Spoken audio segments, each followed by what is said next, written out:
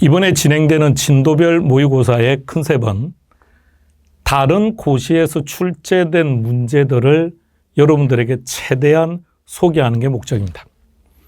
단, 세무사에서도 세법이라는 게 있고요. 공인회계사 시험에도 세법이 있습니다. 공무원 시험에도 세법이 있고요. 그렇다면 공인회계사에서 다루는 세법 문제가 우리 시험에서 출제되는 시험 문제 유형과 동일한 형태냐? 아닙니다. 차이는 다 존재합니다. 차이는 존재하는데 특히 세법 예전으로 올라가면 한 20년 전하고 그때 당시 공인회계사나 세무사 시험과 비교하면 엄청난 차이입니다. 중개사 시험이 엄청나게 단순했습니다. 그런데 지금 현재 출제되고 있는 우리 시험 문제는 이미 여러분들이 아시는 것처럼 법 조문의 내용들을 그대로 출제하고 있죠.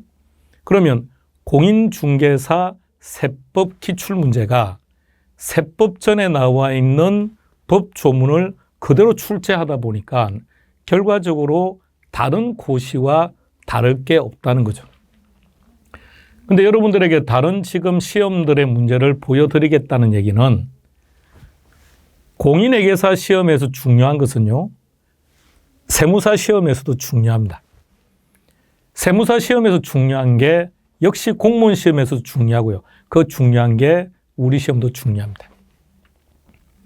그러면 어떤 시험에서나 취득세에서 제일 중요한 게 뭐냐고 물어본다면 신고 납부와 관련된 절차예요. 그리고 세율 이런 것들이 1순위입니다. 어떤 시험에서나. 여러분들이 먼저 그런 내용들을 보여드리고요. 다음, 매 진행하더라도 조금 더 시험에 적합하게 여러분들에게 제시를 하려고 합니다. 어떤 내용이냐면 종합부동산세 같은 경우는 한 문제죠. 그리고 등록면허세도 한 문제입니다. 그럼 한 문제가 출제되다 보니 과세 대상이 출제되거나 또는 한 문제로서 신고 납부가 출제되거나 한 문제로서 세율이 출제되는 것보다는 한 문제 안에 그들 내용들이 다 들어가는 게 일반적이라면 이번 특강에서도 여러분들에게 등록면허세나 종합부동산세 같은 경우는 한 문제 안에 복합적인 내용이 들어가는 종합 형태들의 문제들을 대부분 제시할 겁니다. 그리고 우리 시험의 출제 경향과 최대한 일치시켜서 한번 여러분들에게 제시를 할 테니까 그 문제들을 좀 여러 번 반복하다 보면 조금 더 아마 익숙해지는 부분들이 발생할 겁니다. 그리고 취득세는 한 번 반 진행하겠습니다. 그러니까 오늘이 1회차죠. 오늘이 1회차니까 1회차는 취득세만요. 그럼 2회차는 뭘 할 거냐면 취득세하고 등록면허세가 한 세트고요. 그럼 3회차 가면 재산세겠죠. 그럼 4회차 가면 재산세와 종부세가 또 한 세트로 이렇게. 그러니까 출제되는 문항수가 다른데 각각을 1회차씩 잡는 것은 그건 합리적이지 못하기 때문에 그렇게 가고요. 양도세는 2회차를 잡을 것이고 그리고 나머지 한 1회차 정도는 전체적 개념들을 한번 설정해 보려고 합니다. 자, 오늘 진행할 취득세 최근 10년간 출제 내용들을 보시죠. 그럼 우리도 여기에 맞추어서 하자는 얘기입니다. 취득세가 세 문제 놓은다고 해서 모든 내용의 학습과 시간을 동일하게 배정하는 것은 타당하지 않아요. 물론 여러분들이요, 세율이 불편하다가 보니까 처음에는 세율에 투자하는 시간이 많을 거예요. 근데 이게 한 3번만 반복되고 나면 세율은 볼 게 없어서 한 5분이면 끝나요. 그렇기 때문에 다른 내용들의 상대적으로 출제 빈도가 적은 쪽에 시간을 많이 할애하는 것은 의미가 없다고요. 그래서 전체적으로 보시면 최근 10년 동안을 기준으로 본다면 취득세는 평균 3문제가 출제가 되었는데 보세요. 제일 출제 많이 되었던 파트가 아래쪽 3개 파트입니다. 종합문제라고 설정한 것은 그 한 문제 속에 비과세도 들어가 있고 납세 문제도 들어갔고 과표도 있고 세율도 있고 이렇게 종합적인 형태들요. 그래서 이번에 여러분들에게 제시하는 문제들도요, 세율, 절차, 종합 문제들을 많이 제시할 겁니다. 그래서 오늘 여러분들하고 처음 다루는 내용들은 특히 이 부분에 대한 문제들이 많이 있을 거예요. 자, 전체적으로 보시면 과세 대상은 최근 10년 동안 출제된 적이 없죠. 자, 그러네 말입니다.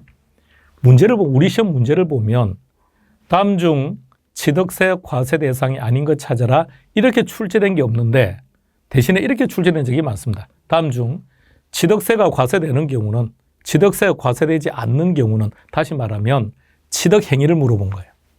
취득행위 또는 비과세를 물어본 거죠. 그럼 우리는 어떻게 학습하는 게 좋으냐? 자, 위에 세 개. 위에 세 개 제목 읽어보세요. 시작. 여러분들이 다 같이 읽어봐야죠. 다시 읽어보세요. 세 개 시작. 오케이. 그럼 취득의 개념 및 취득행위, 과세 대상, 비과세 합쳐서 한 문제. 이렇게 합쳐서 꼭 한 문제는 아니고 자, 그렇게 해서 한 세트. 그렇게 학습을 하셔야 돼요. 왜? 시험 문제 그렇게 출제가 되니까. 다음은 취득세, 비과세에 대한 설명이다. 틀린 거 찾아라. 물론 그렇게도 나옵니다. 그렇게도 출제가 되는데 그런 형태보다는 다 합쳐서 문제가 나오고 있다는 것을 이제 문제를 풀다 보면 확인하시게 될 겁니다.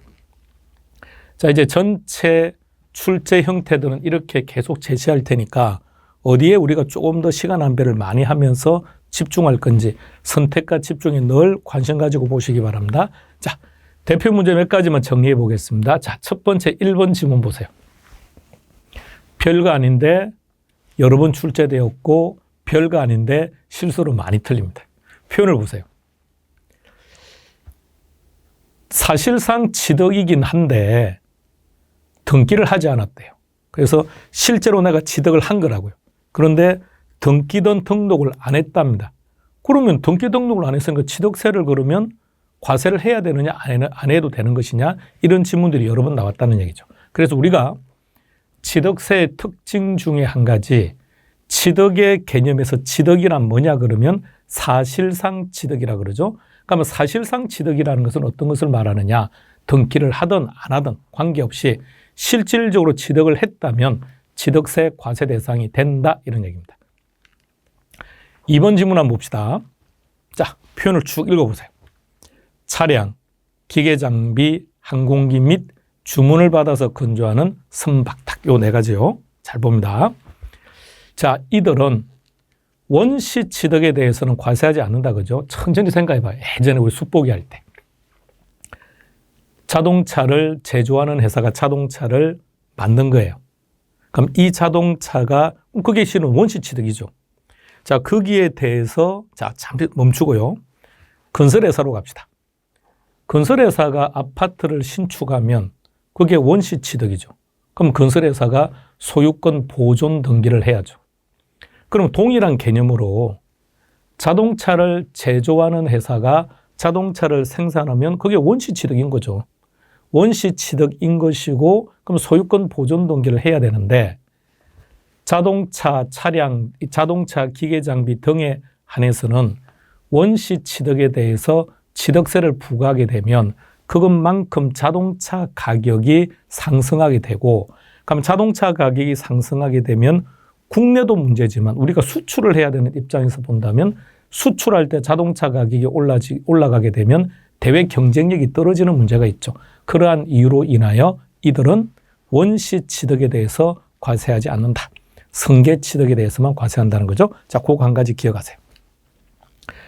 실은 이번 지문 같은 경우 취득의 행위에서는 이 정도밖에 없어요. 우리가 기억할 만한 게. 취득세 과세 대상에서는요. 자, 3번을 한번 볼까요? 지목이 변경되면서 가액이 증가하느냐, 가액이 증가하느냐, 면적이 증가하느냐. 면적이 증가하면 어떻게 보는 거죠? 면적이 증가하게 되면 원시 취득이 되죠. 원시 취득이 되니까 취득세 세율은 2.8%가 되는 거고 3번처럼 가액이 증가하는 것은 간주 취득이 되니까 취득세 세율은 어떻게 됩니까? 2%가 되는 거죠.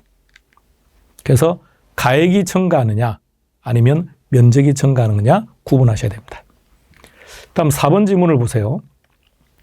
배우자 또는 직계 존비속 간의 부동산을 매매했답니다. 부부끼리 또는 직계 존비속끼리 부동산을 매매했다면 이것은 매매가 아니라 뭘로 본다? 정여로 본다. 따라서 정여취득 이런 경우는 유상승계취득이 아니라 정여취득으로 보겠다는 겁니다. 자, 그러나 등기를 요하는 자산의 교환을 하거나 배우자 및 직계종비속입니다. 또는 매매를 했는데 이때 지급된 매매 대금을 입증을 한다든지 그럴 때는 뭐로 본다? 유상승계취득으로 봅니다. 그래서 5번 등기가 필요한 부동산을 서로 교환했다. 유상승계취득. 6번도 보세요. 매매를 했답니다. 매매로 취득을 했으니까 4번 질문과 똑같은 형태죠. 그런데 그 대금을 입증했답니다. 그럴 때는 유상취득으로 본다. 7번 공매로 취득했다면 이것도 유상승계취득으로 본다. 다 같이 묶어서 봐야 돼요. 자, 4번이 원칙. 4번이 원칙. 이러한 경우에 한해서는 뭘로 본다? 유상승계취득으로 본다. 한 번 더 확인하고 넘어갑시다. 확인하고 오세요. 자, 계속 갑시다. 이번에는 8번. 자, 우리는 8번은 취득세에서 비과세 대상에 있는 거죠. 임시용 건축물. 여기서 키는 뭐라고? 임시용. 그러니까 임시라는 개념이 뭐라고요? 1년 이내. 따라서 1년을 초과하지 않는 임시용 건축물에 대해서는 취득세가 비과세가 되니까 부과하지 아니한다. 9번으로 갑니다. 자, 지금 보시는 이 내용은 취득세에만 적용되는 것이 아니라 모든 세법에서 다 동일하게 적용되는 거죠. 모든 세목에서. 이런 거죠. 국가 간의 거래를 하는 것은 원칙상 다 비과세죠. 단, 외국 정부가 우리나라 부동산 취득에 대해서, 우리나라 부동산 등기 등록에 대해서 과세를 했다? 그럼 우리도 똑같이 과세를 하면 되는 거죠. 따라서 9번 지문을 보시면 기부 체납 조건으로 취득을 했다면 당연히 취득세는 비과세가 된다. 자, 그런데 키워드 그 다음에 키를 찾아요. 기부 체납하기로 했던 그 대상물에 대해서 무상 사용권이 제공되었다면 이것을 이용하는 사람의 입장에서는 무상으로 사용하니까 거기서 일정한 혜택을 보는 거죠. 그 부분에 대해서 과세하겠다. 10번으로 갑니다. 공동주택의 개수. 자주 나오는 부분이죠. 자, 첫 번째. 공동주택의 개수 그럼 기준이 뭐가 된다고요? 시가 표준액 9억. 그러니까 시가 표준액이 9억 이하냐 9억을 초과하느냐. 따라서 공동주택의 개수를 했는데 시가 표준액의 수도. 자, 왜 시가 표준액이죠? 무조건 지방세는 시가 표준액, 국세는 기준시가. 그러니까 이거 가지고 고민할 필요 없다고요. 그래서 공시가격을 기준으로 해서 지방세를 부과할 때는 시가 표준액이 되고 국세를 부과할 때는 기준시가가 되는 거니까 그러면 당연히 시가 표준액이니까 이런 것들은 이것 때문에 시가 표준액, 이렇게 암기하지 말라고요. 다시 갑니다. 공동주택의 개수에 있어서는 시가 표준액이 9억을 기준으로 9억을 초과하면 무조건 취득세 과세, 9억 이하면 취득세 비과세. 단 공동주택의 개수 중에 9억 이하라고 하더라도 대수선이라고 돼 있어 무조건 과세. 그래서 10번은 조건이 두 가지죠. 공동주택 개수로서 9억, 시가 표준액이 9억 이하고 대수선이 아니라고 하면 취득세는 비과세한다. 따라서 부과하지 아니한다. 11번으로 갑시다. 이것도 아주 간단한 개념. 이제 익숙해졌죠? 주택조합이 조합원용 부동산을 취득하느냐 비조합원용 부동산을 취득하느냐 이거죠. 따라서 주어진 지문처럼 조합원용으로 취득을 하게 되면 조합원이 취득세 납세 의무자가 되는 것이고 비조합원용 부동산을 취득하게 되면 누가 납세 의무자가 된다고요? 조합이.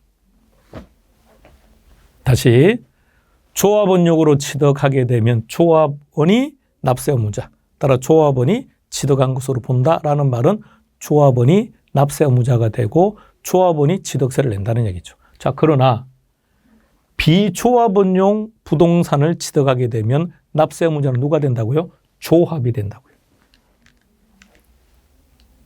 자, 이제 과점주주.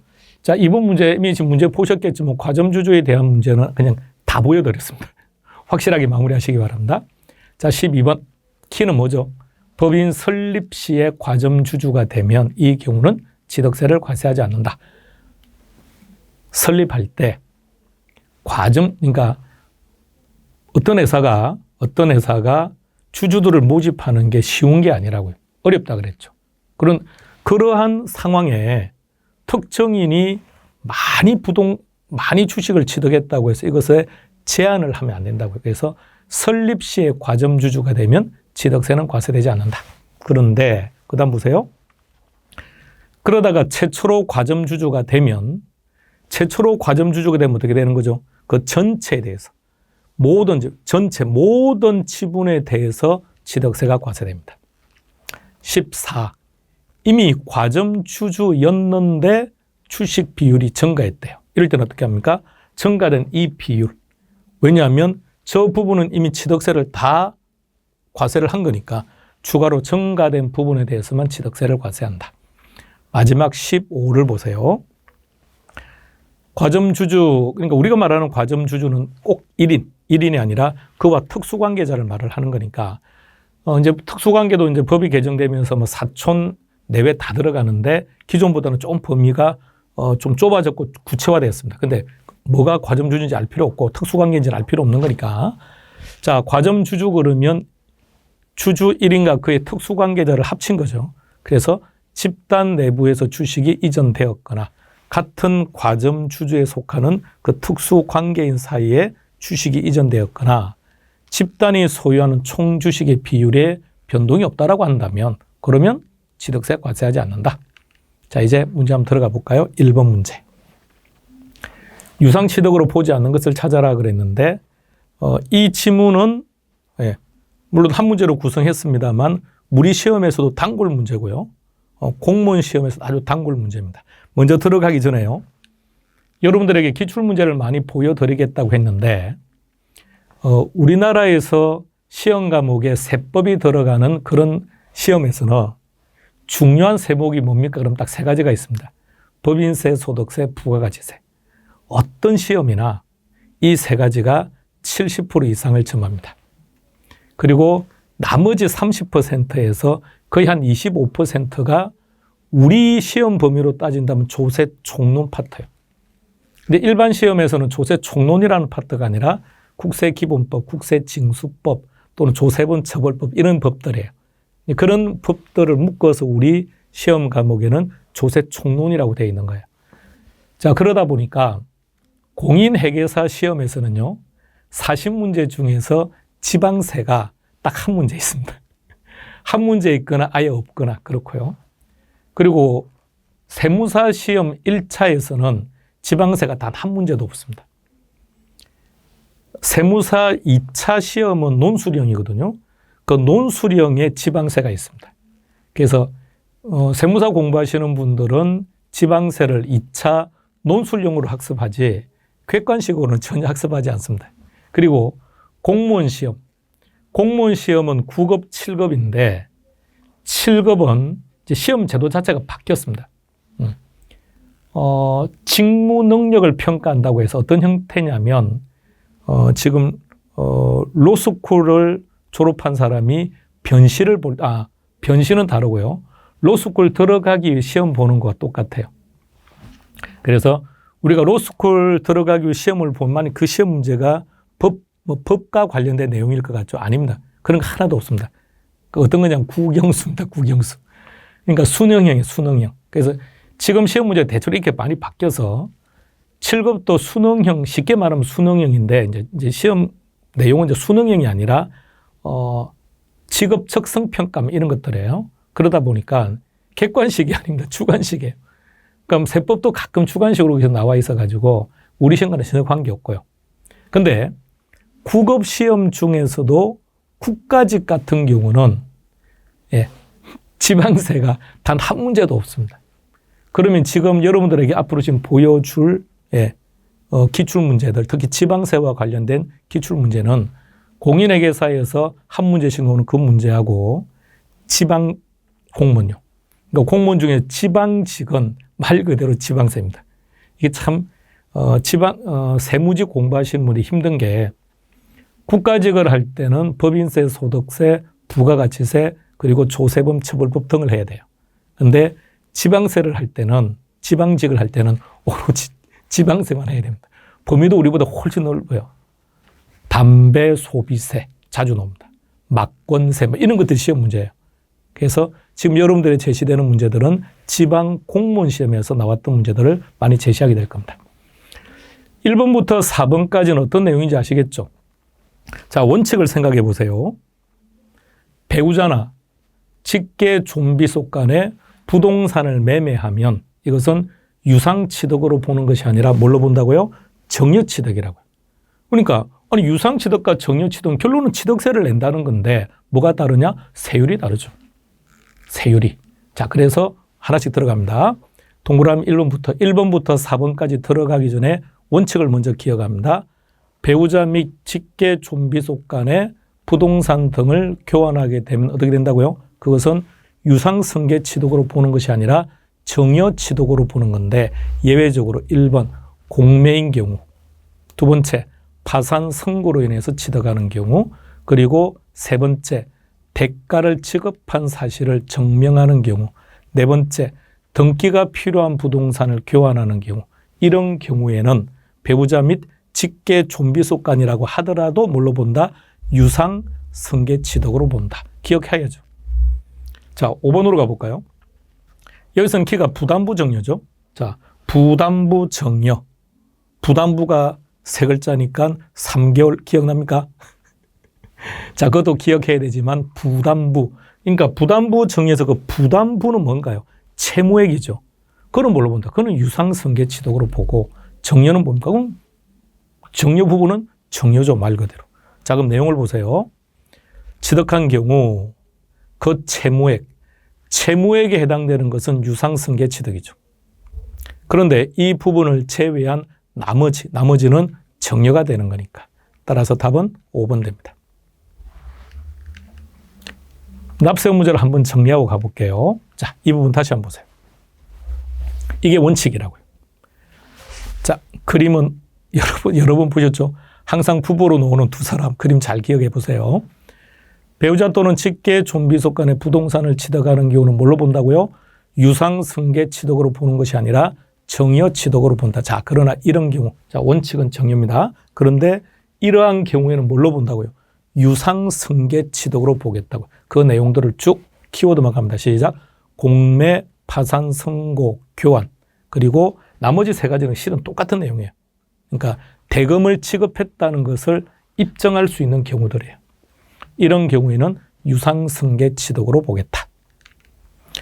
2번 문제로 갑니다. 재료의 제목 한번 볼까요? 항상 수정이 들어갈 수밖에 없는 게 세법은 항상 법이 개정되고요. 자, 두 번째, 왜 또 수정이 들어가느냐? 공무원 시험은 우리처럼 오지선택형이 아니라 사지선택형이에요. 그럼 사지선택형이니까 지문 하나는 또 추가로 집어넣어야 되니까. 자, 그 내용입니다. 자, 동그라미 1번으로 갑시다. 1번은 앞서 나왔던 내용과 똑같네요. 자, 그래서 등록이 필요한 부동산을 뭐 했다고요? 교환. 누가 교환했다고요? 직계 좀비 속 간에. 그럼 다시. 배우자 및 직계 좀비 속 간에 매매를 하면 이것은 유상으로 취득한 것이 아니라 정여로 취득한 것으로 봐서 세율이 다르게 적용한다. 그죠? 그러나 예외적인 것 중에 한 가지가 교환입니다. 교환은 유상 취득한 것으로 본다. 동그라미 2번으로 가겠습니다. 지목이 변경됨으로써 가액이 증가했답니다. 가액이 증가한 건지 아니면 면적이 증가한 건지를 잘 보고요. 면적이 증가했다면 뭘로 본다고요? 원시 취득. 가액이 증가하면 간주 취득. 다음 3번으로 갑니다. 3번은 지금 뭘 말하는 거죠? 법인 설립 시 과점 주주가 되었답니다. 자, 키워드 제시하는 것들 좀 잘 보시고요. 여러분도 의식적으로 자꾸 문제를 볼 때 그 키워드를만 찾으려고 노력하시기 바랍니다. 한 번만 더요. 이 내용들이 다 법 조문입니다. 어떤 시험이나. 그래서 앞서 말했듯이 공인중개사 시험에 20년 전과 비교하면 20년 전은 워낙 다른 시험과 갭이 컸거든요. 훨씬 쉬웠습니다. 근데 지금은 법 조문을 제시하다 보니까 지금은 차이가 없어요. 약간의 포커스가 다를 뿐이지 문제 자체에서 중요한 건 똑같이 중요하다고요. 그래서 키워드를 잘 잡고 그리고 나머지는 볼 필요가 없어요. 설립 시에 과점 주주가 됐다면 취득세 부과한다 안 한다? 부과하지 않는다. 잘 보세요. 취득한 것으로 보지 아니한다는 건데 조금만 더 정확하게 봐요. 그러면 지금 이것은 주식에 대한 얘기를 하고 있는 거죠. 과점주주가 되었으니까 주주가 됐다는 거죠. 그러면 무엇에 대해서 지금 세금을 부과하겠다는 겁니까? 주식에 대해서 세금을 부과하는 것이 아니라는 거죠. 주식에 대해서 세금을 부과하는 것이 아니라 과점주주가 되면, 그리고 과점주주로서 과세 대상이 되면 취득세 과세 대상을 취득한 것으로 보겠다는 얘기죠. 부동산 등을 취득한 것으로 설립시니까 보지 않겠다. 다음 동그라미 4번으로 갑니다. 이번에는 상속이라고 되어 있습니다. 자, 상속에 대해서 납세 의무자는 어떻게 되는가요? 그렇죠. 상속인 각자. 상속인 각자가 상속받은 재산을 취득한 것으로 본다. 따라서 4번은 X. 답은 4번 됩니다. 자, 5번 지문을 잘 보세요. 상속 회복 청구소를 통해서 확정 판결을 받았답니다. 여기까지. 자, 그렇게 하다 보니까 공동 상속받은 사람들의 지분이 변할 수가 있다는 거죠. 자, 이럴 때는 정여로 취득한 것으로 보지 아니한다. 그러면 이 말이 무슨 뜻인가요? 정여로 취득한 것으로 보지 아니한다는 게 이게 무슨 뜻일까요? 그럼 상속으로 취득한 것으로 본다는 말일까요? 이제 그건 말이 안 되는 소리죠. 동그라미 4번과 5번을 연결해서 보세요. 상속은 상속인 각자가 상속받은 재산을 취득한 것으로 보기 때문에 거기서 세금을 부과한 거예요. 그럼 상속세는 이미 끝난 거예요. 상속세는 끝난 것이고 상속 회복 청구소를 통해서 확정 판결을 받음으로써 공동 상속인들의 지분이 변했다고 하더라도 이거는 정여도 아니고 상속도 아니고, 그럼 결론 뭘까요? 취득세 과세 대상이 아니다는 얘기입니다. 정확히 기억하세요. 취득세 과세 대상이 아니라는 뜻입니다. 자, 이 부분 다시 한번 더 볼까요? 상속과 관련된 부분. 먼저 상속으로 인한 취득을 하게 된 원칙이 뭐라고 했습니까? 각자, 상속인 각자가 납세 의무자가 되는 거죠. 표현 쭉 보시고요. 자, 두 번째 한번 가봅시다. 두 번째는 이런 내용이죠. 이미 상속을 다 받은 거예요. 다 받았는데, 보통 이제 집안에 이제 가장 큰 형이 우리가 상속을 받을 때도 영향력을 많이 행사하죠. 그래서 형이 보기에 저 막둥이 동생이 참 마음에 걸리는 거죠. 형도 잘 살고, 또 다른 둘째 형도 누나도 뭐 경제적으로 여유가 좀 있는데, 막둥이를 보니까 막둥이는 참 어렵게 살아요. 그래서 형제들이 합의를 한 거죠. 야, 우리가 지금 상속을 받고 법정 비율에 따라 지금 상속을 받았지만 좀 막둥이 좀 봐봐. 힘들잖아. 그러니까 우리가 막둥이에도 조금 더 많은 재산을 좀 넘겨주자. 자, 그렇게 해서 공동으로, 자, 내용을 보세요. 법조문을 봐요. 공동 상속인이 협의해서 재분할을 했다고요. 그렇게 되면 형들 중에 일부는 원래 있던 지분보다 비율이 감소하겠죠. 반면에 추가로 받은 동생 입장에서 본다면 재산 비율이 좀 늘어났죠. 그럼 어떻게 하느냐? 동생이 늘어난 이 부분에 대해서는 정여로 취득한 것으로 본다는 얘기죠. 그래서 상속분이 감소한 상속인으로부터 재산이 늘어난 사람은 정여받아서 취득한 걸로 보겠다. 자, 그런데 이제부터 보세요. 확정 판결로 인해서 재산의 변동이 생겼다. 이는 뭘로 본다고요? 정여 취득한 것이 아니라고요. 그러니까 뭐라고 했습니까? 취득세 과세 대상이 아니라는 얘기입니다. 취득세 과세 대상이 아니다. 하나 더 보세요. 자, 이 내용이고요. 자, 마지막 하나 더 보세요. 채권자 대의권을 행사했답니다. 그냥 편안하게 생각해 봅시다. 그냥 단수로 외워보면 그만이지만. 자, 그래서 상속을 받은 거예요. 이미 상속은 다 이루어진 거예요. 이미 이루어지고 상속도 다 낸 거예요.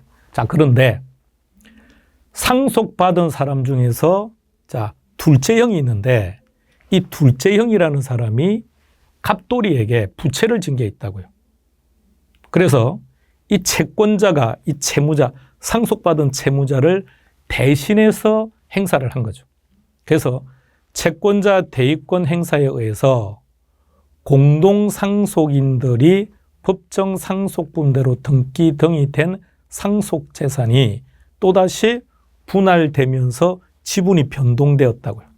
자, 이 경우는 정여로 취득하는 것으로 보지 않음과 동시에 둘 다 취득세 과세 대상이 아니라는 것을 기억하세요. 아래 둘. 자, 그러니까 지금 상속과 관련돼서 4가지 조문이 나오죠. 첫 번째는 각자 상속세를 낸다는 것 하나. 두 번째, 공동상속인들이 협의해서 재분할을 했을 때는 상대적으로 재산의 비율이 늘어난 사람이 정여받아서 취득한 것으로 본다고요. 자, 그런데 아래 둘. 확정 판결 받거나 채권자 대의권 행사라는 말이 보이면 이들은 정여로 취득한 것도 아니며 취득세 과세 대상이 아니라는 겁니다. 자, 그럼 이제 3번 문제를 딱 보세요. 답이 딱 바로 보일 겁니다. 3번 문제가 아닌가요? 다음 문제인가요? 자, 취득세입니다. 자, 이번 문제 들어가기 전에 한 번 더요. 기출문제를 보면 좋은 게 약간의 포커스는 약간씩 달라요. 근데 중요한 건 똑같이 중요해요. 그러면 동그라미 1번 보세요. 이게 취득세 과세 대상이죠. 회원권, 그죠? 그러면 보세요. 공무원 시험에도 다음 중 취득세 과세 대상이 아닌 것 찾아라. 이렇게 출제된 적이 없다는 얘기예요. 출제되더라도 겨우 이렇게요. 지문 하나로. 그러니까 중요한 내용은 어느 시험에서나 똑같이 중요한 거니까 문제를 보시면서 그 중요함에 대한 포커스를 한 번 더 해결해 보시기 바랍니다. 1번. 각종 회원권을 취득한 자. 먼저 여기 제시된 승마 또는 콘도 회원권은 취득세 과세 대상 중 하나죠. 오케이. 그럼 이것을 취득한 자는 당연히 취득세 납세 의무가 있다. 정확합니다. 동그라미 2번으로 가볼까요? 취득에는 원시 취득과 승계 취득이 있습니다. 저는 원칙이죠. 예외적으로 간주 취득이라는 것도 있다. 그죠? 자, 그런데 여기서 차량, 기계, 장비 등등은 원시 취득은 취득세를 과세 대상이 된다. 틀렸다. 그죠? 과세하지 않는다. 이렇게 나와야죠. 따라서 2번은 X. 그러면 우리가 차량이나 기계, 장비에서는 2가지를 기억해야 됩니다. 첫 번째, 원시 취득에 대해서는 취득세가 과세되지 않는다는 거 하나, 그리고 이들이 가액이 증가되면 간주 취득이 된다는 것. 동그라미 3번으로 갑시다. 자, 키워드 찾으세요. 우리 시험에 자주 나오는 거죠. 일단 첫 번째는 신고납부랍니다. 신고납부인데 취득세 과세 물건을 취득한 자는, 자, 그 다음 봐요. 시작. 오케이, 그거죠. 취득한 날부터 60일 이내에 신고 납부해야 된다. 자, 우리는 지금까지 보통 상속, 정여를 주로 보죠. 상속은 몇 개월? 6개월, 9개월. 정여는 3개월이죠. 근데 실종도 마찬가지입니다. 법조문에 실종도 있으니까 한번 참고로 보시죠. 동그라미 4번으로 가보겠습니다. 자, 이게 무슨 말입니까? 지자체장은 조례에 정하는 바에 따라서 지방세법 11조와 12조, 11조와 12조가 뭘까요? 알 필요도 없는데 그게 표준세율이에요. 그냥 참 표준세율이라고 써주면 좋은데 참 모든 세법에서는 다 이딴 식으로 불의를 피곤하게 하죠. 표준세율의 50% 범위 내에서 가감할 수 있다. 맞는데 우리는 그걸 뭐라 그러죠? 탄력세율. 탄력세율. 다음 동그라미 5번으로 갑시다. 자, 여러 번 했던 내용이죠. 부담부 정예래요. 부담부 정예의 경우 그 채무액에 상당하는 부분은 뭘로 본다고요? 이는 유상취득으로 보는 거고. 그러면 채무액 이외의 부분은 정여로 본다. 따라서 정확한 표현입니다. 다음 문제, 4번 문제. 표현을 잘 봐요. 취득세가 과세되지 않는 경우 답이 딱 보여야 됩니다. 몇 번일까요? 몇 번이라고요? 4번. 4번. 상속에서 우리가 다루었던 내용이죠. 확정 판결, 그리고 채권자 대의권 행사에 의한, 그러니까 상속에서 이 둘이 보이면 이제는 더 이상 해석하려고 하지 말고요. 해석하지 말고 정여로 취득한 것으로 보지 않는다는 것이고, 결론 취득세 과세 대상이 아니라는 얘기입니다. 답은 4번. 나머지 한번 볼까요? 동그라미 1번 선박 등의 종류가 변경되거나 토지의 지목이 사실상 변경되었다. 이걸 뭐라 그러죠? 간주취득이라 그러죠. 간주취득으로서 가액이 증가되었다고 했으니까 간주취득이니까 2%의 세율을 적용합니다. 동그라미 2번. 이것도 보세요. 지문을 잘 봐서 자주 나오는 거죠. 외국인 소유의 취득세 과세 물건을 수입했답니다. 다른 거 볼 거 없죠. 외국인 소유 수입 이것만 딱 보면 되죠. 그러면 이 경우 납세 의무자는 누가 되죠? 예, 수입한 자죠. 수입한 자. 그래서 이 대여업을 하고 있는 자가 납세 의무자가 된다. 당연히 취득세 과세 대상인 거죠. 동그라미 3번으로 갑니다. 배우자 및 직계 좀비 속 간에 매매를 하게 되면 이것은 뭘로 본다고요? 유상취득이 아니라 정여취득으로 본다 그랬습니다. 이번에 교환이래요.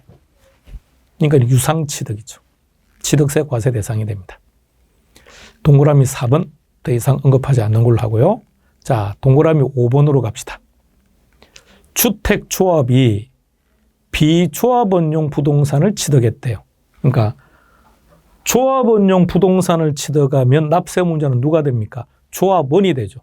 당연히 취득세 과세 대상인 것이고 비조합원용 부동산을 취득하면 납세 의무자가 누가 됩니까? 조합이 되는 거죠. 납세 의무자가 달라지는 거지 둘 다 취득세 과세 대상인 거죠. 따라서 답은 4번입니까? 4번 됩니다. 다음 문제 갑시다. 지방세법상 비과세에 대한 부분을 물었습니다. 동그라미 1번. 동그라미 1번은 등록면허세 비과세인데 키워드를 잘 봐요. 자기를 위해서 받은 등록이랍니다. 그러니까 자기가 누굽니까? 국가 등이죠. 국가 등이 자신을 위해서 받은 등록이나 면허는 과세하지 않는다. 동그라미 2번. 신탁법에 따른 신탁 볼 거 없죠. 형식적 이전화입니다. 그러니까 신탁을 하든 신탁된 재산이 되돌아오든 또는 수탁자를 변경을 하든 전부 다 뭘로 본다? 취득세를 부과하지 않는다. 다음 3번으로 갑시다. 기부채납이네요. 자, 기부채납 조건으로 부동산을 취득하게 되면 원칙은 취득세가 부과되지 않습니다. 비과세 대상입니다. 자, 그런데 기부채납의 반대 급부로서 무상사유권을 제공받았다면 그 부분에 대해서는 일정한 편익을 가져가게 되는 거니까 그 부분에 대해서는 과세한다 그래야죠. 답은 3번 됩니다. 4번으로 갑시다. 이것도 모든 세목에서 100% 동일하게 적용되는 거죠. 외국 정부 소유에 대해서 재산에 대하여 재산세는 부과하지 아니한다. 이게 원칙이죠. 취득세도 부과하지 않고 재산세도 부과하지 않고 이게 원칙이죠. 그러나 우리나라 정부에 대해서 과세를 한다면 우리도 외국 정부에 대해서 과세를 하면 되는 거죠. 다음 동그라미 5번으로 갑니다. 표현 보세요. 상속 개시 이전에 천재지변으로 소멸되었대요. 뭐 차량이 소멸되든 그러니까 즉 취득세 과세 대상이 천재지변 등으로 소멸됐다면 그렇다면 당연히 취득세는 부과하지 아니한다. 답은 3번 됩니다. 여기까지 하고 우리 잠시 커피 한잔 하면서 이어가겠습니다.